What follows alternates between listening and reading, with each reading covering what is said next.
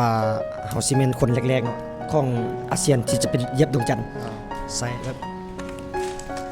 สวัสดีสวัสดีสาวลาวสาวไทยสวัสดีพี่น้องปองปายเมิดสุขูหมดสุขคน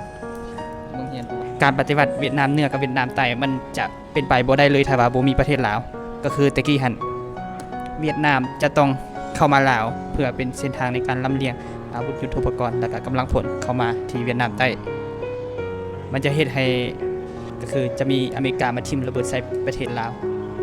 หลักๆก็จะทิ่มใส่กำลังพลของเวียดนามแต่ว่ามัน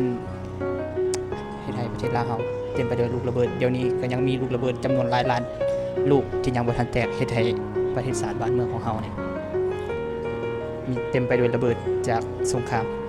กูแล้วประธานโฮจิอิหยัง โฮจิมินห์โฮจิมินห์และก็ สุพรรณวงศ์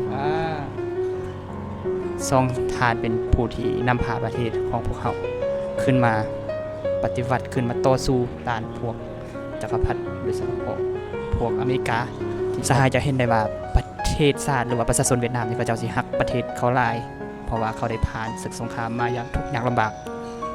สุมือนี้ก็ยังเห็นความรักษาของคนเวียดนามจะสูงหลายถ้าเทียบกับบ้านเฮานี่จะบ่ค่อยปานใดแม่นบ่ยกตัวอย่างว่าเจ้าเห็นจะไปถนนไปอันนั้นก็ยังเห็น